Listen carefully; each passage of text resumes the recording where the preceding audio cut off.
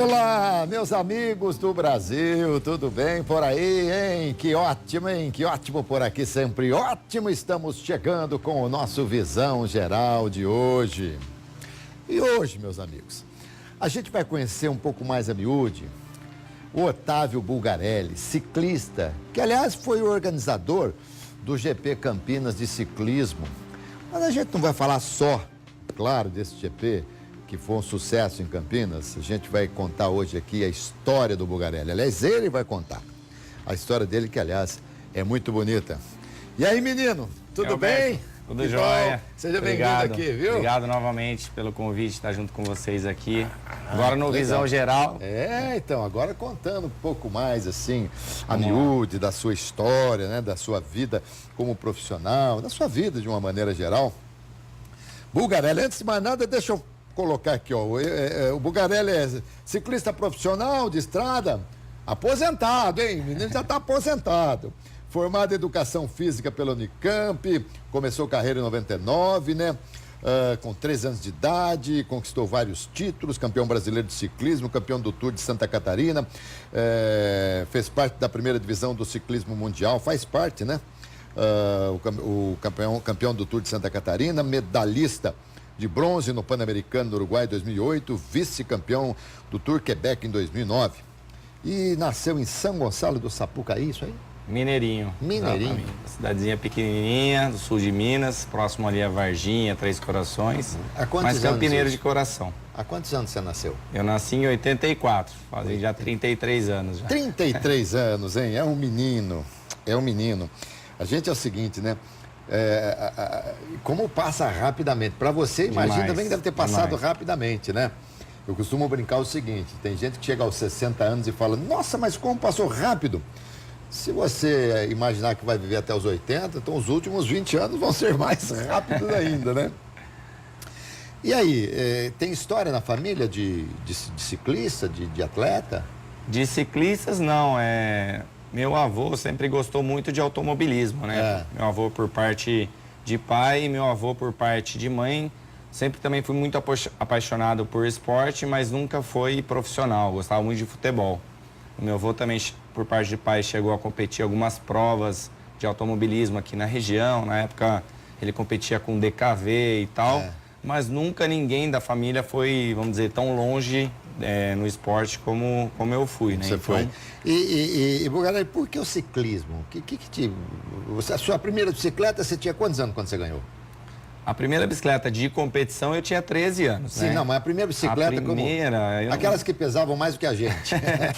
Não lembro, eu lembro que quando eu era molequinho, eu lembro que eu brincava com meus irmãos já, eu devia ter uns 3, 4 anos e eu lembro que minha mãe até ficou espantada que eu precocemente tirava as rodinhas e já queria andar, não queria saber de andar de rodinha. Ah, é? Não tem aquela, você fala rodinha, aquela que dá apoio, assim. Aquela de apoio, Eu achava que elas me atrapalhavam porque ela diminuía a velocidade, né? Então você foi uma preocupação constante para a família, né? Sempre fui uma preocupação constante. E aqui, por exemplo, quando você falou de 13 anos, você tem foto aqui aos 13 anos? Não, você tinha quantos anos aqui? Essa aqui, ó. Essa foi uma das primeiras fotos aí da minha carreira. Então, vamos mostrar aqui, ó. 13 anos, está aqui o Bulgarelli. Isso. Já com a primeira bicicleta de competição, tá certo? Isso, eu estava na Lagoa do Taquaral. Isso deve ter sido março, abril de 99 ali. Foi meus primeiros contatos que eu tinha certeza que eu queria começar a participar de competições de ciclismo. A família veio morar em Campinas? O meu pai é de Campinas. Meu pai era de Campinas e minha mãe do sul de Minas. E eles se conheceram na faculdade aqui em Itatiba e aí minha mãe resolveu morar em Campinas por ser uma cidade maior. Mas você veio para Campinas com quantos anos? Eu vim para Campinas com 3 anos. 3 anos de idade? 3 anos. Tá. Então sua vida, você é campineiro, né? Sou campineiro, na verdade. Com de toda coração, sou campineiro. De vez em quando você vai a São Gonçalo ou não? Vou, muitas vezes. Tem a parte da minha mãe, a família da minha mãe toda é de lá, então visito meus tios, meus avós. E você, muito bem, ganhou com 13 anos, você começou a competir, já começou a treinar, já começou a se dedicar? Exatamente. Eu sempre, voltando, né, um pouquinho na minha história, eu sempre fui muito competitivo, desde a época da escola, quando tinha as Olimpíadas escolares ali, que era aquelas competições de sala contra sala, eu ficava fanático. Eu queria participar de todos os esportes, principalmente os que envolviam corrida. Então era natação, era corrida a pé, era qualquer tipo de coisa que tinha que chegar na frente. Competição. Isso era o que me fascinava. Tá. Então, desde cedo eu sempre busquei algum esporte que tinha que chegar na frente. Logo depois eu comecei a praticar um pouco de kart, eu cheguei a competir em algumas provas de kart, com bastante influência do meu avô, que eu via as fotos e vídeos deles de competição de automobilismo. Eu cheguei a fazer um ano e pouco de kart. E era muito caro, meu pai não conseguiu sustentar ali a minha carreira de automobilismo, não consegui patrocínio e tal. Chegou um momento que eu decidi parar do kart por causa do apoio financeiro mesmo. E eu vi uma prova de competição de triatlon na televisão. E quando eu vi essa prova, correr e pedalar. aí me despertou o negócio da bicicleta. Tá. Porque eu ia estar trocando de máquina, eu ia estar trocando o kart pela bicicleta, que teoricamente ali parecia ser mais barato para mim, e não foi tanto. E aí eu falei, meu pai até sugeriu, sua tia tem uma Caloi 10, que são aquelas bicicletas mais de competição, de estrada.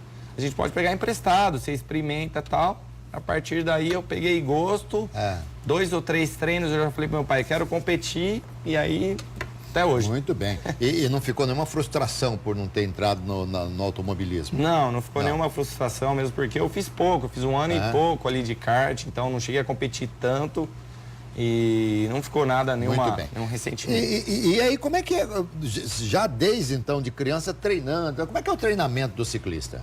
O treinamento do ciclista, basicamente, ele é dividido em 3 etapas durante o ano, né? A gente tem o treinamento de base, que é onde o atleta foca mais na parte muscular, né? Para evitar a lesão. Então, ele tem muito treinamento funcional, de musculação, onde ele treina aquela musculatura que ele não treina em cima da bicicleta, para compensar as musculaturas do corpo inteiro. Porque às vezes na bike ele trabalha muito um grupo muscular e deixa os outros mais fracos. Tá. Então, o começo da temporada, para ele conseguir aguentar todas as competições durante o ano, ele tem que fazer uma bela preparação de base, né, que a gente chama, treinamento de base.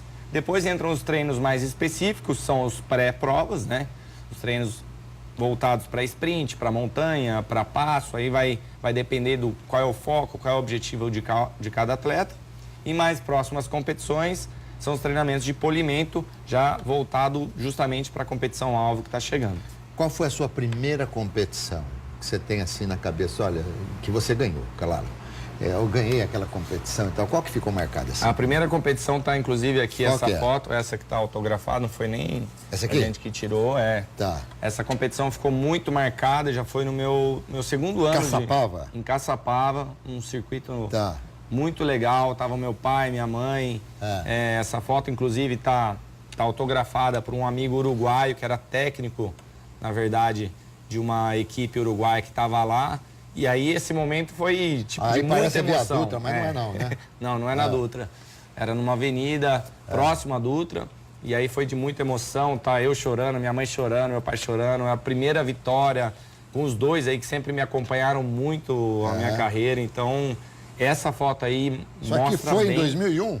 2001, 2001. Que legal. Era a minha terceira temporada de ciclismo e essa vitória... Eu tive uma ou 2 vitórias antes, mas essa aí me marcou demais, né? Foi uma vitória muito importante. Muito bem.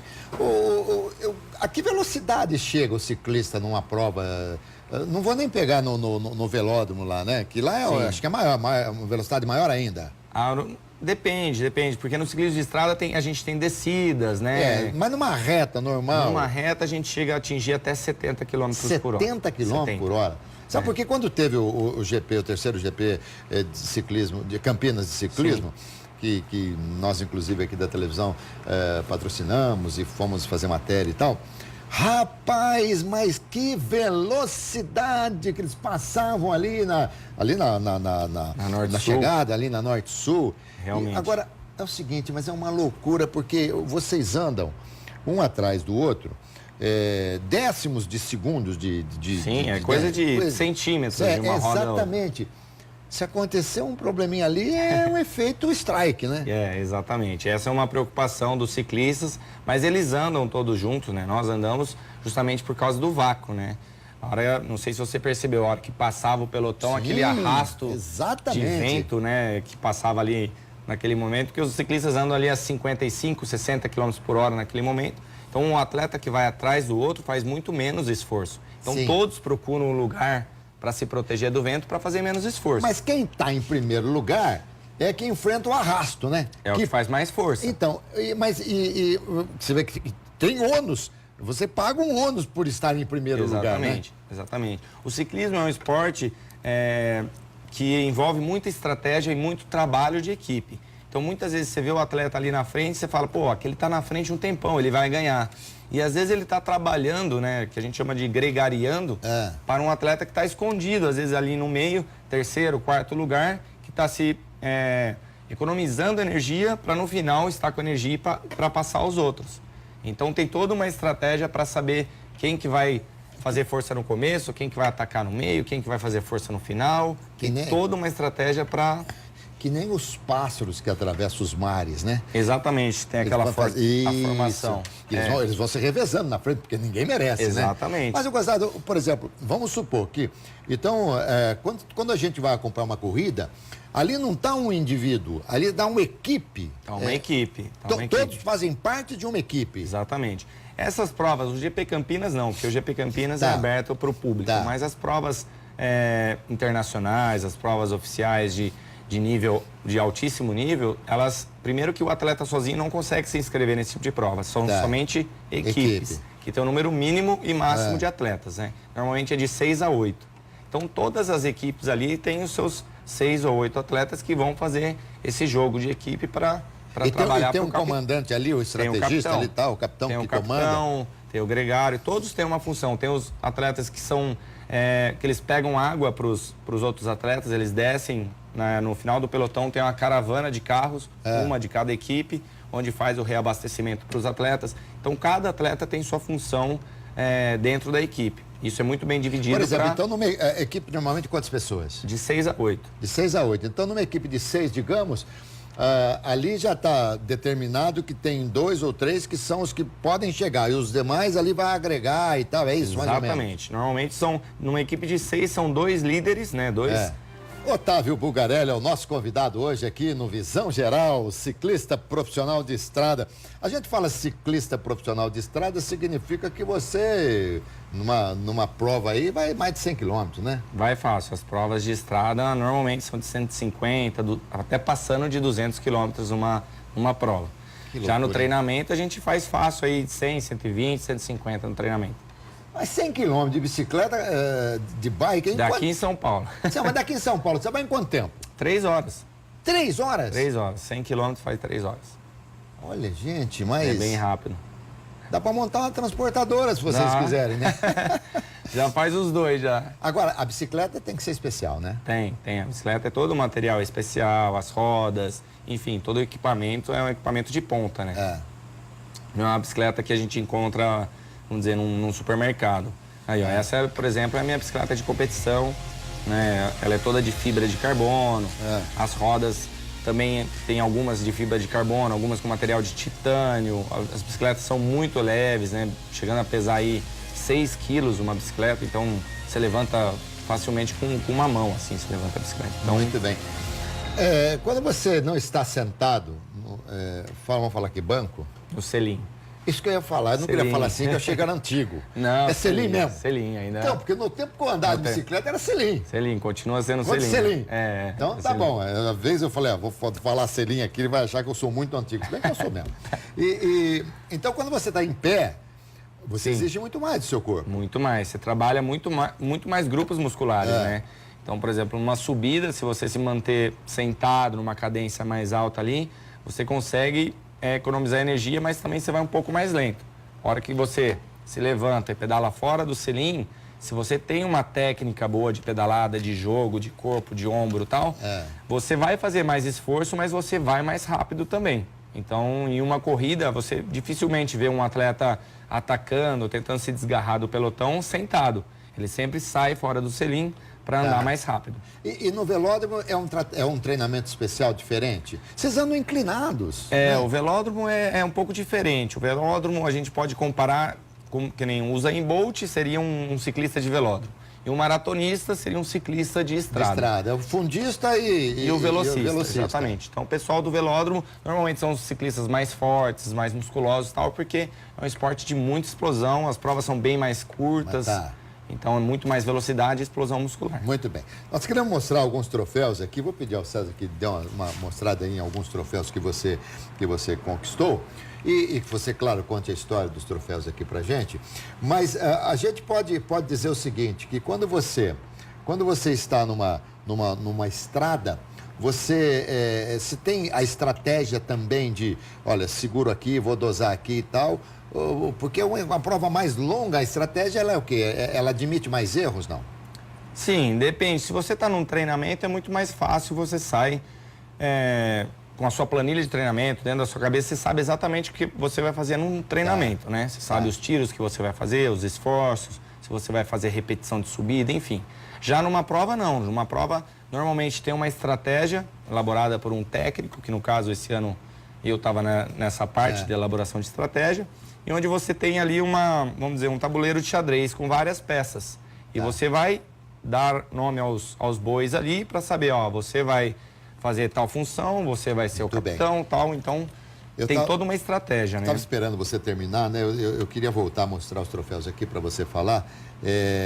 Mostra para mim de novo, Cezinha, por favor, porque você estava respondendo a pergunta, eu não queria interromper. Mas, por exemplo, tem o troféu ali, a volta do estado de São Paulo. Você deu a volta no estado de São Paulo, não? Exatamente. No estado de São Paulo? Era a volta no estado de São Paulo, era de domingo a domingo, né? Era uma competição realizada por uma grande empresa. É isso? A prova chegava a ter... Todos os quilômetros? Quase 1.300 quilômetros. Que isso, em 8 dias. Várias etapas de mais de 200 quilômetros. E essa do troféu especificamente, se der um close ali, olha lá, de Ribeirão Preto a Campinas, né? Então, uma etapa de mais de 200 quilômetros. 220 quilômetros. 220 quilômetros com chegada na Lagoa. Então, esse troféu é muito especial para mim, né? Além da prova ser muito importante, tem toda uma história por trás desse troféu aí que foi muito importante para mim, né? Minha mãe estava doente, enfim, se você quiser... Pode contar, eu conto a história. A minha mãe ela tinha câncer, né, nessa época, e ela estava no estágio terminal ali da vida dela. Todo mundo já sabia o que ia acontecer, a gente só não sabia quando, né? E nesse dia específico, aí dessa foto aí, desse dia específico eu conversei com meu pai, né, na noite anterior, e ele falou, ó, a gente vai tentar acompanhar a chegada de vocês e tal, sua mãe não tá tão bem, mas meu pai não quis me preocupar, ele sabia, se eu não me engano era a 5ª ou 6ª etapa da volta, de uma competição, tinham 8 dias, né, então ele não queria me preocupar, e eu lembro conversando com ele por telefone, muito focado na competição, eu falei, não, tudo bem, pai, a gente se encontra... depois da etapa, eu também não fazia ideia que eu ia ganhar esse dia. E estava muito concentrado no dia, e a prova em si, o decorrer da competição, rolou foi muito mais rápido do que eles previam a chegada. Eles estavam prevendo que a gente ia chegar por volta das 2 horas da tarde em Campinas, e a gente chegou, por exemplo, 1h20 da tarde. E minha mãe estava no hospital ainda, nessa hora. Então eu ganhei a competição, que foi aquele alvoroço, ganhei, tinha muita gente, e eu só perguntava, cadê meu pai, cadê minha mãe, cadê meu pai, cadê minha mãe? E eles não estavam ali, eles não viram eu cruzar a linha de chegada, né? E logo depois eu falei, então vamos fazer o pódio, me irritei, vamos fazer o pódio, vamos embora, quero ir embora daqui e tal. E quando eu estava para subir no pódio, eu lembro de ver minha mãe atravessando a rua, chegando com meu pai, vindo devagarzinho. E aí eu desabei, eu chorei demais. Eu lembro que essa foto aí, eu fui capa nos 2 jornais de Campinas, né? Tanto o Correio Popular quanto o Diário do Povo. Então, eu guardo esse troféu aí como... Nossa, não tem palavras, porque foi a última vez que eu vi minha mãe subir no pódio com ela aí. Então, ela acho que foi pro céu... ela foi pro céu, né? De uma maneira aí... Então, esse troféu, além da competição, como eu falei, é muito importante para mim. Eu levo isso aí. Maravilha. Essa foto, esse momento foi eternizado para mim. Você tinha quantos anos? Eu tinha 23, ia fazer 24 anos. 23, 24. E depois, o incrível é assim, que minha mãe faleceu 10 dias depois desse pódio. E eu continuei competindo e minha mãe continuou no tratamento, eu percebi da gravidade do problema. Eu logo depois viajei para o Uruguai, porque eu era da seleção brasileira. Fui para uma competição no Uruguai, competi e eu era assim, né? Competição atrás de competição, não parava em casa. E aí, no meio de uma das competições, depois de 10 dias, meu pai me ligou falando que ela tinha falecido. Então, foi o último momento que eu tive com a minha mãe, foi exatamente nesse pódio. Então, é um dia, é um troféu, é uma foto que marca para sempre a minha vida. Emocionante e triste, mas nós temos alguma coisa em comum. Eu também perdi a minha mãe, eu tinha 26 anos, não, 25 anos. Bem próximo, então. Exatamente. Você sabe exatamente o que eu passei, sei, então, Alberto. Exatamente. O que dói. Demais. Dói demais, é muito terrível, é terrível. Vamos lá. Bom, mas ela tá acompanhando Visão Com Geral certeza, com via certeza. Embaracel, tá certo? Com Lá no certeza. céu, ela tá acompanhando, orgulhosa. E seu pai tá firmão, hein? Não, eu perdi meu pai também. Olha Perdi meu aí, pai Otávio. também. Mesma coisa, foi 4 anos depois. E o meu pai, ele, depois da morte da minha mãe, eu quis muito abandonar o ciclismo. Né? Eu não tinha motivação, não tinha força, eu tive momentos ali terríveis na minha carreira, né? E meu pai me incentivou demais e ele falava muito, ó, se você abandonar o ciclismo, quantos anos você já é profissional, que você conquistou tantas coisas, né? Você acha que a sua mãe ficaria feliz em te ver abandonar o ciclismo, abandonar toda essa carreira? Ela não quer te ver triste, Verdade. né? Então, meu pai me motivou demais e depois eu segui. 4 anos depois, vinha a perda do meu pai também, o mesmo motivo, os dois faleceram com câncer, né? Do meu pai foi muito mais repentino, meu pai não ficou doente, foi de uma hora para outra. Então, assim, eu tenho alguns ensinamentos, né? Algumas experiências de vida que me fortaleceram demais. Eu passei por coisas, eu era muito novo, eu acho, com 23, depois meu pai com 27, eu era muito novo, enfrentei coisas na minha vida que... Hoje eu considero que eu sou um cara, vamos dizer, calejado, né? Com não certeza. tem coisa tão fácil para me abalar hoje em dia. Seus irmãos estão todos aqui. Meus irmãos também todos aqui, meu irmão, a gente se uniu demais, né? Os 3 irmãos, a gente hoje em dia é muito mais próximo do que era naquela época, então... Então tem uma coisa aqui, eu ganhei de você, mas não é nenhuma virtude, não. Porque meu pai também morreu, eu tinha 27 anos. Quando morreu, 26 anos. A minha mãe morreu em 1980, meu pai em 1981 e meu irmão, com 25 anos, morreu num acidente aéreo em 1982. Então, Meu 80, Deus. 81, 82. Então eu sei o que você sentiu. Sabe. O seu foi mais intenso que o meu. Não existe. Toda a intensidade é igual. E só posso dizer a você o seguinte, só mesmo tempo que é o senhor da razão, só mesmo tempo é que vai tirar. Quando as pessoas perdem as pessoas queridas, eu tenho certeza que muitas pessoas vão passar pelos momentos que nós dois passamos. Exatamente. Eu só posso dizer o seguinte, é uma dor muito grande, momentos de revolta por vezes, o tempo vai transformando essa dor numa saudade e com mais tempo ainda transforma tudo isso numa doce lembrança. Hoje eu lembro dos meus queridos pai, mãe, irmão que estão no céu com muito carinho, uma lembrança leve, suave. E com certeza um dia a gente vai se encontrar. Como você vai ver teu pai e tua mãe lá, tá bom? Não, eu só tenho lembranças muito boas Isso deles é muito também. bom. Aqui de volta com Otávio Bugarelli. Otávio agora é cartola, ele é treinador, é da parte da comissão de organização. Exatamente. Mas mantém as suas atividades e tal, sem ser profissional e tal, mantém as atividades, né? Isso a gente consegue deixar de lado, tem jeito, né? né? Eu que fiz a vida inteira aí, mais da metade da minha vida pedalando, é difícil eu parar de fazer o meu treinamento. Lógico, com uma intensidade, um volume muito menor, mas numa semana aí eu faço pelo menos 5 treinos de ciclismo ainda em uma semana. E você participou da organização do 3º GP Campinas de Ciclismo. Aliás, foi um sucesso, parabéns, viu? Obrigado, Alberto. Sucesso. Eu acompanhei em loco e quer saber, eu não perco mais essas provas não, viu? Vou acompanhar sempre porque realmente é uma coisa muito legal. E você, por exemplo, quando era o profissional, você tinha muitas críticas aos organizadores? Você conseguiu, de repente, corrigir as críticas que você tinha agora como organizador? Exatamente. Tinha muitas coisas nas competições que eu, como atleta, enxergava os erros, né?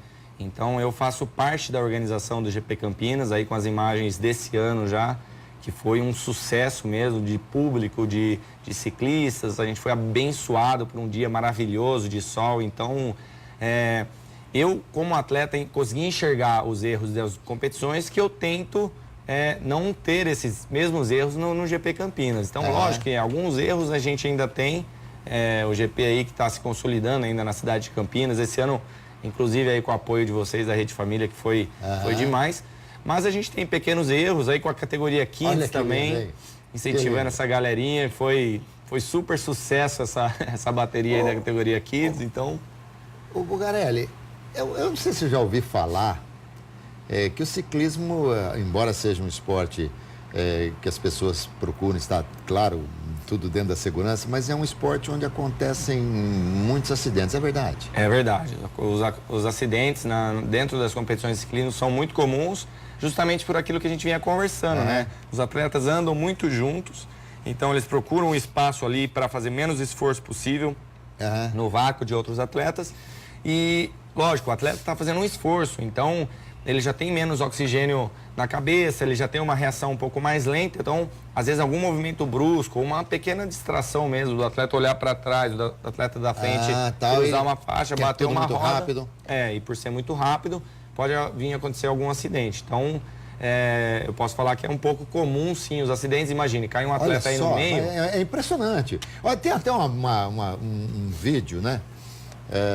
Que eu vi outro dia na internet, de que tinha uma motocicleta, uma moto, tentando levar os caras assim, a moto se enrolou, parou e veio um atrás do outro. Foi um efeito assim impressionante, caiu um em cima do outro. Tal. Porque você vem uma velocidade muito alta, então quando cai um na sua frente é difícil você ter uma reação para desviar ou para frear. Então... Mas normalmente o cara sai se limpando, tal, ou são acidentes mais sérios? Na grande maioria das vezes são só alguns ralados. O atleta, vamos dizer, 90% dos tombos, ele se rala, e muitas competições ele segue ainda ralado mesmo.